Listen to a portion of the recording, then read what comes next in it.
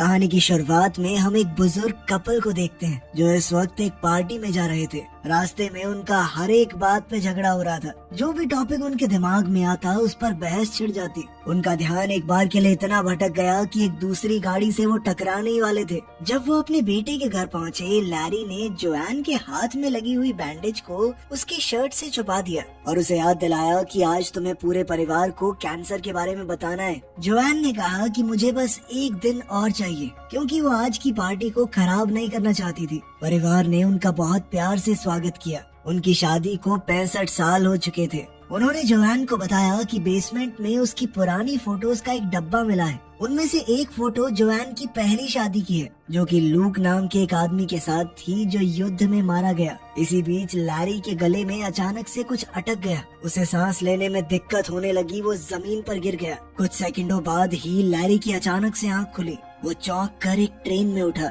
जब train station पर रुकी तो लैरी ने देखा कि बहुत सारे लोग हॉस्पिटल के कपड़े पहने हुए हैं। वो उनके पीछे चला और जल्दी ही जंक्शन में पहुंच गया। वहाँ लोग अजीबोगरीब बातें बोल रहे थे जो उसे समझ नहीं आ रही थी। लैरी ने रिसेप्शन पर खड़ी लड़की से कहा कि मुझे यहाँ पर किडनैप करके लाया गया है, लेकिन रिसेप्शनिस्ट ने कहा कि ऐसा कुछ नहीं हुआ है। आप यहाँ बैठकर अपने एसी का वेट कीजिए। कुछ घंटे बाद भीड़ कम हो गई और लैरी कुर्सियों पर ही सो गया था। तब एना आई और लैरी का नाम पुकारा। उसने बताया कि मैं तुम्हारी एसी हूँ, मतलब आफ्टर लाइफ कोऑर्डिनेटर। इसका मतलब साफ था कि लैरी मर चुका है और अब एना का काम है उसे सही जगह पर पहुंचाना। लैरी अभी भी इस बात को समझ नहीं पा रहा था कि वो मर चुका है। तभी एना ने लैरी को शीशा दिखाया। लैरी ये देखकर हैरान हो गया कि वो फिर से जवान हो गया है। एना ने बताया कि जब लोग जंक्शन पहुंचते हैं तो उनका शरीर वो वाला रूप ले लेता है जब वो अपनी जिंदगी में सबसे ज्यादा खुश थे। जब एना उसे बिल्डिंग दिखा रही थी तो लैरी बार बार बोलने लगा कि मुझे अपनी पत्नी के पास जाना है। परेशान होकर एना ने उसे एक चमाट दिया ताकि वो रोना धोना बंद करे। मरने के बाद भी रो रहा है, तू पागल है क्या? उसने ये भी बताया कि ये कोई स्वर्ग या नर्क नहीं है, ये बस थोड़े दिन का स्टॉप है जिसे तुम बदल नहीं सकते। एक बार चुन लिया तो चुन लिया। तभी एक अलार्म बजा और लैरी ने देखा कि सिक्योरिटी एक आदमी को पकड़ रही है। एना ने लैरी से कहा कि ये लाल दरवाजे से भाग कर आया होगा, तुम कभी ऐसा मत करना, ठीक है? फिर एना उसे टेम्परेरी रूम में ले गई और उसे अलग अलग धर्मों के हिसाब से आगे की दुनिया दिखाई। लैरी को इस कमरे में 7 दिन तक रहने को मिलेगा, जब तक वो अपनी आगे की जिंदगी को चुन नहीं लेता।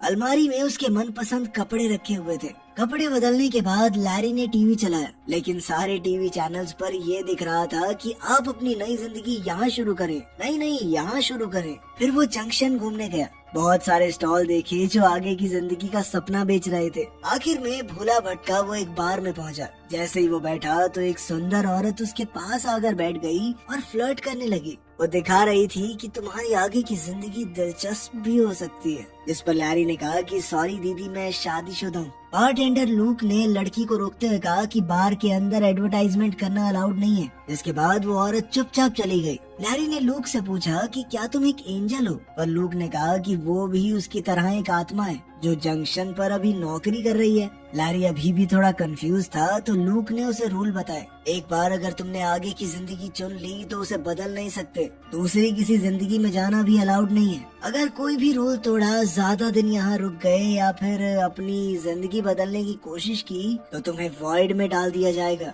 वॉइड एक ऐसी जगह है जहाँ पर सिर्फ अंधेरा होता है, हमेशा के लिए। उनके बीच अच्छी बातचीत हो गई तो लैरी ने लूक को बताया कि यार मेरी पत्नी को कैंसर है, मैंने वादा किया था कि उसका ख्याल रखूंगा। अब बुरा लग रहा है कि उससे पहले ही यहाँ पर आ गया।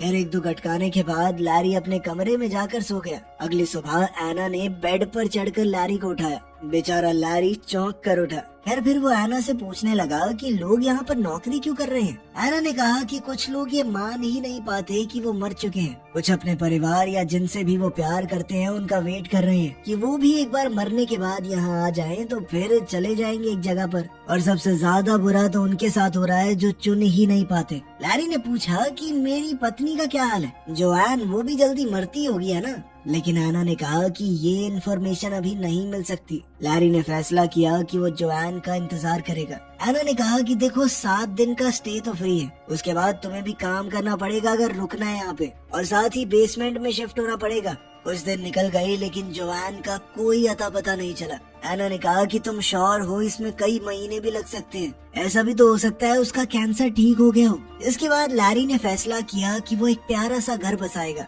जोआन की याद में, ताकि जब भी वो आए तो सब कुछ एकदम तैयार हो।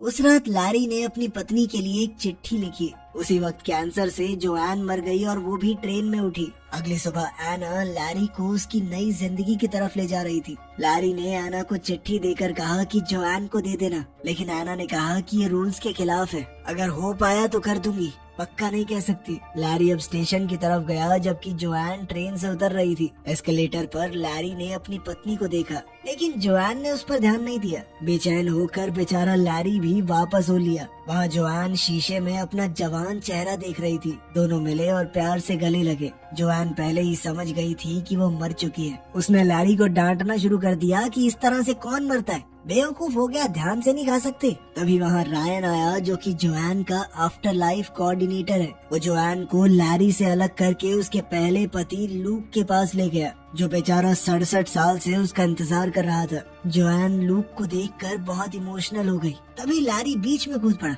अरे कुछ नहीं होता, लोग मर जाते हैं यार, नॉर्मल चीज है, चलो बेबी अपनी दुनिया में चलते हैं, नहीं मैंने चुनी है आपके लिए। लेकिन जोआन को समझ नहीं आ रहा था कि ये हो क्या रहा है। जल्द ही उसे पता चला कि उसे दोनों में से एक पति चुनना पड़ेगा, इसके साथ वो अपनी मनचाही जिंदगी बसा सकती है। तभी रायन सभी रूल्स समझाते हुए उसे कमरे में ले गया। कपड़े बदलने के बाद अब रायन जोआन को उसके ऑप्शन समझा रहा था। तभी लूक वहाँ पर आया। डर के मारे कि उसे दोनों में से एक को चुनना होगा, जोआन ने दरवाजा ही बंद कर दिया। रायन का तो कहना था कि लूक बहुत अच्छा है, वो 67 साल से तुम्हारा यहाँ पर इंतजार कर रहा है। उधर लैरी एना के सामने गुस्सा निकाल रहा था। एना ने बताया कि मेरा और जो रायन है ना, मतलब जोआन का एसी, हम पहले रिलेशनशिप में थे, हमारी लड़ाई हो रखी है ना, तो वो जान के भी तुम्हारे अगेंस्ट बोल रहा होगा। लेकिन लैरी कहने लगा कि मेरी और जोआन की शादी 65 साल की है, इतने साल तो वो लुक्खा लूक जिंदा भी नहीं रह पाया, हमारे साथ बच्चे हुए पूरी जिंदगी बिताई है हमने। उधर जोआन और लूक जंक्शन में वॉक पर गए। वो दोनों थोड़ा अजीब सा महसूस कर रहे थे। अचानक 2 गार्ड्स एक आदमी को पकड़ने के लिए भागे, जो अपनी चुनी हुई जिंदगी से भाग रहा था। एक गार्ड ने लूक को हाय कहा और तुरंत जोआन को पहचान लिया, ये कहकर कि आखिरकार आप पहुंच ही गई यहाँ पर। ये सुनकर जोआन को बहुत अच्छा लगा, क्योंकि इसका मतलब साफ था कि लूक उसके बारे में बात करता है। गार्ड्स के जाने के बाद लूक ने जोआन को रूल समझाए और साथ ही अपने प्यार का इजहार कर दिया। उसने कहा कि मैं हर दिन तुम्हारे बारे में सोचता था। वो प्यारी बातें बोलता रहा और उसे किस करने की कोशिश की, लेकिन जोआन पीछे हट गई क्योंकि उसे अजीब लग रहा था। उसने कहा कि मुझे सोचने के लिए थोड़ा वक्त चाहिए और फिर जल्दी से वहाँ से भाग गई। कुछ ही मिनटों बाद लैरी जोआन के कमरे में घुस गया, बहुत सारे आगे की जिंदगी के ऑप्शन लेकर। जोआन घबरा गई और लैरी पर चिल्लाने लगी। उसने उसे भी वही जवाब दिया कि मुझे अभी थोड़ा वक्त चाहिए सोचने के लिए। वो कहने लगी कि पिछले कुछ दिन मेरे बहुत भारी थे, तुम्हारी मौत के बाद पता है मेरी बेस्ट फ्रेंड की भी मौत हो गई। इस बात से लैरी थोड़ा खुश हुआ, क्योंकि वो वैसे भी उसे खास पसंद नहीं थी। लैरी को याद आया कि स्क्वाट करने से जोआन हमेशा शांत हो जाती थी। बुजुर्ग होने के बाद से जोआन स्क्वाट नहीं कर पा रही थी, इसीलिए अब जवान होकर दोबारा से शरीर में ताकत महसूस करके उसे बहुत अच्छा लगा। उधर लैरी फिर से कुछ खा रहा था और उसका गले में दोबारा से खाना अटक गया। इस बात से जोआन अचानक घबरा गई, लेकिन लैरी हंसने लगा कि मर तो चुका हूँ, मजाक कर रहा था मैं बस। इसके बाद लैरी आराम से बेड पे लेट के रिलैक्स करने लगा, लेकिन जोआन ने उसे लात मार के बाहर निकाल दिया, जिसके बाद उस बेचारे को अपने बेसमेंट वाले कमरे में जाना पड़ा। लेकिन वापस जाते हुए लैरी ने एक बोर्ड देखा, जिसके ऊपर मरे हुए सिंगर डीन मार्टिन के शो का प्रमोशन था। जोआन को वो सिंगर बहुत ज्यादा पसंद है, इसलिए लैरी ने एना से शो अरेंज करने को कहा। जब लैरी अपने नए रूम में पहुंचा तो ये देखकर चौंक गया कि कितना छोटा कमरा दिया है उसे। अगली सुबह लैरी जोआन को वेटिंग एरिया में ले गया। वहाँ एना उस सिंगर को गाने के लिए ले आई और खुद पियानो बजा रही थी, लेकिन वो आदमी अजीबोगरीब बर्ताव करने लगा, सीढ़ियों से भी गिर गया। तब उन्हें समझ आया कि ये कोई असली डीन मार्टिन नहीं है, कोई बहरूपिया है, मरने के बाद भी नकल कर रहा है। कितना गंदा आदमी है ये। लूक तुरंत उसके पास आया, उसे खींचकर अपने साथ ले गया और एक मुक्का दे मारा। फिर रायन की मदद से लूक ने जोआन को फूल देने की कोशिश की, लेकिन लैरी ने फिर से बीच में बोलना शुरू कर दिया, ये चीटिंग है, फूल फाल कैसे दे रहा तू, मैं दे रहा हूँ कोई गिफ्ट। दोनों आदमी फिर से झगड़ा करने लगे। और अब जोआन को बहुत ज्यादा गुस्सा आ रहा था तो उसने चिल्लाकर दोनों को चुप करवा दिया। इसके बाद जोआन एना और रायन को अपने कमरे में ले गई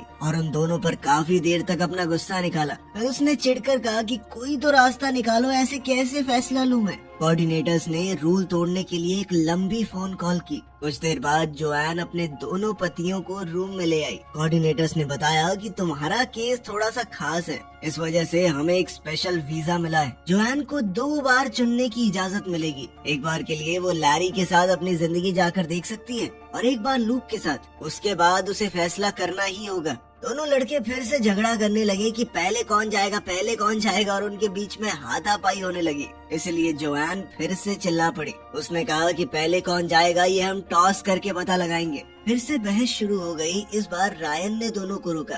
लैरी ने सिक्का उछाला और लूक जीत गया। ट्रेन राइड के दौरान लूक और जोआन पुराने दिन याद करते रहे। जल्द ही वो एक खूबसूरत पहाड़ पर पहुँचे जहाँ साफ आसमान और हरा भरा जंगल है। घूमते हुए दोनों ने बहुत मजे किए एक दूसरे का हाथ थामकर। शाम को रेस्टोरेंट में डिनर हुआ। जोआन बार बार अपने बच्चों और पोता पोतियों के बारे में बात कर रही थी, जिससे लूक थोड़ा अनकंफर्टेबल हो गया। लूक ने कहा कि मुझे बुरा नहीं लगा, बस ये सोचकर थोड़ा दुख होता है कि तुम्हें ये जिंदगी मैं नहीं दे पाया, पर उसे इस बात की खुशी है कि जोआन ने एक अच्छी जिंदगी जी। जोआन ने कहा कि मैंने कुछ वक्त तक तुम्हारा इंतजार किया था, पर फिर क्या करती, तुम चले गए थे। मरने के बाद कोई लौट कर थोड़ी आता है। फिर लूक जोआन को एक जगह पर ले गया जिसे आर्काइव्स कहते हैं। ये यहाँ पर हर चुनी हुई जिंदगी में होती है, जहाँ आत्माएं अपनी जिंदगी की यादें दोबारा देख सकती हैं। दोनों ने अपने रिश्ते के सारे जरूरी पल देखे। वो पहली मुलाकात, पहली बार एक दूसरे को चूमना, शादी का दिन और जंग पर जाने से पहले का वो आखिरी वादा। जोआन ने आखिरकार फिर से लूक को चूम लिया। उसने बताया कि मैं टूट गई थी तुम्हारे मरने के बाद। यादें आगे चलती रही और लूक ने देखा कि कैसे लैरी ने जोआन को प्रपोज किया। ये देखकर लूक गुस्से में बिल्डिंग से बाहर निकल गया। उसने कहा कि लैरी ने एक दुखी औरत की फीलिंग्स का फायदा उठाया है। मौका देखकर चौका मारा है उसने। जोआन ने समझाने की कोशिश की कि ऐसा कुछ नहीं है, लेकिन लूक ने नहीं सुना। इसी बीच लैरी भड़क रहा था, क्योंकि लूक सबको बताता था कि मैं जंग में मारा गया लड़ते हुए दुश्मन से। अब इस तरह वो खुद को हीरो दिखाएगा तो कोई कैसे लड़े। लैरी को डर था कि कहीं जोआन उसे न चुन ले। इस पर आना ने कहा कि जोआन को याद दिलाना कि वो उससे प्यार क्यों करती थी। लैरी ने कहा कि मुझे तो खुद भी नहीं पता वो क्यों प्यार करती थी मुझसे, लेकिन मैं एक इंसान को जानता हूँ जो शायद बता सकती है। कुछ देर बाद लैरी जोआन की बेस्ट फ्रेंड कैरन से मिला, जो काफी बूढ़ी लग रही थी। कैरन ने बताया कि उसके सबसे ज्यादा खुश दिन तब आए जब उसका पति मर गया, क्योंकि तभी वो खुलकर अपनी जिंदगी जी पाई। खैर, कैरन ने बताया कि मुझे तुम शुरुआत में बिल्कुल पसंद नहीं थे, पर धीरे धीरे अच्छे लगने लगे। लैरी ने पूछा कि मुझे घंटा फर्क नहीं पड़ता, तुम बताओ कि जोआन मुझे क्यों पसंद करती है। कैरन ने कहा कि मुझे क्या पता, लेकिन इतना जरूर कह सकती हूँ कि तुमने जोआन को बहुत खुश रखा है। इसके बाद लैरी लूक के कमरे में गया कोई राज ढूंढने के लिए।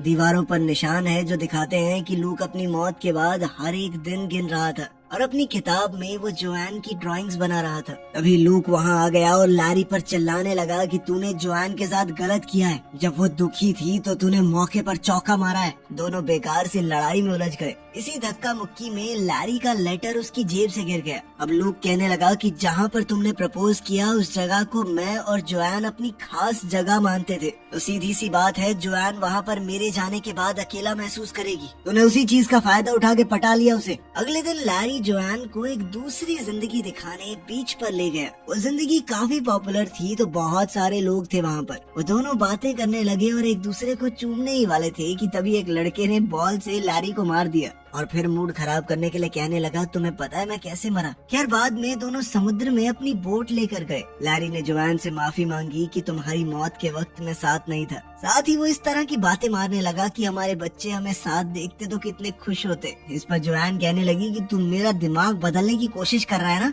चालाक कहीं के, बच्चों की बात किसको बता रहे। और उनके बीच में फिर से झगड़ा हो गया। अब जोआन कहने लगी कि तुम समझ नहीं पा रहे मेरी सिचुएशन। मैंने अलग अलग वक्त पर तुम दोनों से ही प्यार किया है। तुम दोनों के साथ सारी जिंदगी रहने की कसमें खाई हैं। इस पर लैरी कहने लगा कि अगर मैं लूक की जगह होता तो मैं भी तुम्हारा इंतजार करता। वापस आकर जोआन ने लैरी के साथ अपनी बीती यादें देखना चाहा, पर लैरी ने मना कर दिया। उसका कहना था कि यादों में इंसान खुद को खो सकता है। वो जोआन को इससे बचाना चाहता था। जोआन को लगा कि लैरी डर रहा है कि पता नहीं क्या निकल आएगा। खैर दोनों किनारे पर बैठकर अपनी पहली डेट की बात करने लगे। लैरी ने कहा कि मैं बस तुम्हें हमेशा एक बेहतर जिंदगी देना चाहता था। उधर जंक्शन में लूक को लैरी का वो लेटर मिल गया। उधर जोआन और लैरी अपनी डेट से वापस आए, एक दूसरे को चूमा तो लैरी ने कहा कि मुझे फर्क नहीं पड़ता हम कहाँ पर जाते हैं, बस साथ होने चाहिए। तभी लूक ने लैरी का वो लेटर जोआन को दे दिया। ये पढ़कर जोआन को पता चला कि लैरी तो लगभग चला गया था, बस उसने जाते वक्त उसे देख लिया तो रुक गया। फिर उनके बीच एक और झगड़ा शुरू हो गया। जोआन ने लैरी को सेल्फिश कहकर पुकारा। इस पर लैरी ने कहा तो मैं भी तो तेरी सेकंड चॉइस था, और ये लुक्खा लूक इसने भी बहुत सारी आत्माओं के साथ गुलू गुलू किए। इस पर लूक गुस्से में चिल्लाया कि 67 सालों में 2-4 आत्माओं के साथ गुलू गुलू कर ली तो क्या हुआ, इंतजार तो मैं जोआन का ही कर रहा था ना, आखिर आत्मा की भी कोई नीड्स होती है। अब दोनों कहने लगे कि एक बार चुन लो, बस हमें नहीं पता। लेकिन अभी जोआन को और वक्त चाहिए था, इसलिए कोऑर्डिनेटर्स दोनों आत्माओं को वहाँ से ले गए। कैरन थोड़ी देर बाद जोआन के पास एक ड्रिंक लेकर आई और तब जोआन फूट फूट कर रोने लगी। कैरन ने उसे संभाला और उसका ध्यान भटकाने के लिए अलग अलग फन बूथ्स पर लेकर गई। जोआन शराब पीते हुए अपनी हालत बताती रही। तब कैरन ने उसे याद दिलाया कि तुम मर चुकी हो। याद है शादी के बाद क्या बोलते हैं कि मैं तुम्हारा साथ दूंगी जब तक मौत हमें जुदा न कर दे। मौत ने जुदा कर तो दिया, इतना क्या सोच रही है, अपने हिसाब से जी अपनी जिंदगी को। उधर बार में लैरी और लूक भी काफी ज्यादा पी रहे थे। 4-4 पैग लगाने के बाद उन दोनों के बीच में भी बॉन्ड बनने लगा। वो एक दूसरे की तारीफ करते हुए कहने लगी कि वो लड़की हमारे लायक नहीं है भाई, हम दोनों बहुत बढ़िया इंसान है यार। अगली सुबह जोआन हैंगओवर में पड़ी थी, लेकिन उसने फैसला बना लिया था। उसने अपने दोनों पतियों को बुलाया और कहा कि मैं बहुत खुशकिस्मत हूँ कि तुम दोनों के साथ जिंदगी बिता पाई, लेकिन अब मैं एक को चुनकर दूसरे के लिए बुरी नहीं बन सकती। मुझे हमेशा गिल्ट महसूस होता रहेगा, इसीलिए मैं तुम दोनों को ही नहीं चुनूंगी। मैं अपनी बढ़िया जिंदगी जी रही हूँ, तुम अपनी जियो। बाद में जोआन तैयार हुई और फैसला किया कि वो कैरन के साथ अपनी आगे की जिंदगी बिताएगी। दोनों दोस्त मजे करेंगे। उधर लैरी ने लूक को बताया कि तुम सही थे, मैंने उस जगह पर इसलिए प्रपोज किया था क्योंकि मैं तुम्हारी यादें जोआन के दिमाग से निकाल देना चाहता था। मर भी शायद इसलिए गया क्योंकि तुम्हारी शादी की पिक्चर देख ली थी। इस पर लूक ने भी जवाब दिया कि तूने जोआन के साथ जो जिंदगी जी है उससे मुझे भी बहुत जलन होती है। फिर लैरी को याद आया कि उन सब का शरीर वैसा दिखता है जैसे वो अपनी जिंदगी के सबसे खूबसूरत पलों में दिखते थे। लूक बिल्कुल वैसा दिखता है जब जोआन उससे शादी करने को मान गई थी। लैरी वैसा दिखता है जब जोआन उसके दूसरे बच्चे के साथ प्रेग्नेंट थी। ये सोचकर लैरी को अचानक से कुछ समझ आया। वो भागकर जोआन के पास गया। स्टेशन पर लैरी ने जोआन को ट्रेन में ढूंढ लिया और उससे कहा कि एक आखिरी बार बात करने के लिए नीचे आ जाओ। उसने कहा कि तुम्हारे बाल लंबे हैं, हमारी शादी के दौरान तुम्हारे बाल छोटे थे। इसका मतलब ये है कि तुम लूक के साथ जब थी तो वो तुम्हारी जिंदगी के सबसे खूबसूरत पल थे। तुम उसे चुनो ना, हमेशा खुश रहो। पहले तो जोआन ने मना किया, लेकिन लैरी ने कहा कि यही सही है। दोनों रोते हुए एक दूसरे से आखिरी बार गले लगे। कुछ समय बाद लूक और जोआन अपनी आगे की जिंदगी के लिए ट्रेन में जा रहे थे। लैरी जंक्शन में घूम रहा था क्योंकि वो नहीं जानता उसे कहाँ जाना है। तब उसने देखा कि एना और रायन वापस साथ आ गए और उसे उनके लिए खुशी हुई। उधर लूक और जोआन ने अपनी नई जिंदगी शुरू की। वो एक दूसरे के साथ खुशी खुशी रहने लगे। लेकिन समय के साथ जोआन को डाउट होने लगा। वो अपनी पिछली यादें देखने गई और लैरी से पहली मुलाकात वाली मेमोरी देखी। अगले कुछ दिनों तक लूक जोआन को अलग अलग एक्टिविटीज पर ले गया, लेकिन जोआन को कुछ भी अच्छा नहीं लग रहा था। हर रात वो आर्काइव्स में जाकर लैरी के साथ अपनी जिंदगी को देखती। क्लर्क ने कहा कि इतना ज्यादा यादों में रहना सही नहीं होता, आगे बढ़ना जरूरी है। एक रात लूक ने कहा कि कितनी परफेक्ट जिंदगी है ये, लेकिन जोआन के पास कोई जवाब नहीं था। अगली सुबह लूक फिर से किसी हाइक पर जाना चाहता था, लेकिन अब जोआन टूट गई। उसने कहा कि उसने लूक को चुनकर गलती की। इस पर लूक गुस्सा हो गया और चिल्लाने लगा। जोआन ने समझाया कि मैं तुम्हारे साथ सबसे ज्यादा खुश थी क्योंकि वो जवानी का प्यार था, न घर के किराए की टेंशन, न नौकरी की, न बच्चों की। लेकिन प्यार सिर्फ अच्छे पल नहीं होते, उसमें अच्छी बुरी यादें सब होती हैं। उसने कहा कि तुम 67 साल पुरानी जोआन से प्यार करते हो, लेकिन मैं अब बदल चुकी हूँ। जोआन ने फैसला किया कि वो वापस जाने की कोशिश करेगी, चाहे पकड़ी ही क्यों न जाए। वो रोते हुए बोली कि मैं तुमसे प्यार करती थी, लेकिन अब लैरी से करती हूँ। कुछ घंटे बाद जोआन भागने का प्लान बनाते हुए चाकू से दरवाजा खोलने की प्रैक्टिस कर रही थी। तब लूक वापस आया और कहा कि मैं तुम्हारी मदद करूंगा। दोनों आर्काइव्स में गए, वहीं पर वो लाल दरवाजा था। अब लूक क्लर्क के सामने दुखी होने का नाटक करने लगा। भाई मेरी जिंदगी बर्बाद हो गई यार, मैं बहुत परेशान हूँ। जैसे ही गार्ड का ध्यान भटका, जोआन चुपके से अंदर चली गई। लूक भी नॉर्मल क्लाइंट बन के अंदर चला गया। दोनों ने अपनी शादी की यादें देखी और एक आखिरी बार अलविदा कहा। जोआन अपनी मेमोरीज के पीछे जाकर लाल दरवाजे में घुस गई, जो उसे अपने बचपन की यादों के कॉरिडोर में ले गया। अलार्म बजने लगा और गार्ड्स आ गए। जोआन जल्दी से भागकर लूक की मौत वाली मेमोरी के दरवाजे में घुस गई। वॉशिंग मशीन के दरवाजे ने उसे लैरी के साथ झगड़े वाली मेमोरी में गिरा दिया। गार्ड्स पास आ रहे थे। जोआन ने दरवाजे को कुर्सी से ब्लॉक कर दिया और जल्दी से ऊपर भागी, जहाँ उसे अपना पुराना वर्जन दिखाई दिया। बूढ़ी जोआन ने मरते हुए भी लैरी का नाम लिया, जबकि हमारी जवान जोआन बेड के नीचे छुपने की कोशिश करने लगी। गार्ड्स उसके पीछे थे, लेकिन जोआन अब रेंगती हुई ट्रेन ट्रैक्स पर पहुंच गई। टनल से होते हुए वो जंक्शन में वापस पहुंच गई। रिसेप्शन पर वो लैरी के बारे में पूछ रही थी, लेकिन उसी वक्त उसका वांटेड नोटिस आ गया, जिसके बाद उसे दोबारा से भागना पड़ा। बूथ एरिया में वो रायन और एना से टकरा गई। उन्होंने उसे छुपा दिया और गार्ड्स को गलत डायरेक्शन बता दी। जोआन ने पूछा कि लैरी की आगे की जिंदगी कहाँ है, और कोऑर्डिनेटर्स ने जो जवाब दिया उससे वो हैरान रह गई। लैरी को तो जोआन के बिना कोई जिंदगी चाहिए ही नहीं थी। अब वो भागकर जल्दी से लैरी के पास पहुंची, जो बारटेंडर का काम कर रहा था। दोनों ने एक पेग लगाया, जिसके बाद जोआन ने लैरी से कहा कि तुम मेरे साथ चलो, लेकिन मैं पहले ही बता दूं कि मैं रूल तोड़कर यहाँ पर आई हूँ, मेरे साथ फंस सकते हो। लेकिन लैरी ने बिना सोचे समझे हाँ कह दिया। कुछ पलों बाद उन दोनों ने एक ऐसी जिंदगी चुनी जो बिल्कुल उनके शादी वाले घर जैसी है, जिस मोहल्ले में उन्होंने अपनी पूरी जिंदगी बिताई थी। वीडियो पसंद आई तो लाइक कर देना, चैनल को सब्सक्राइब कर लेना। मिलते हैं अगली वीडियो में।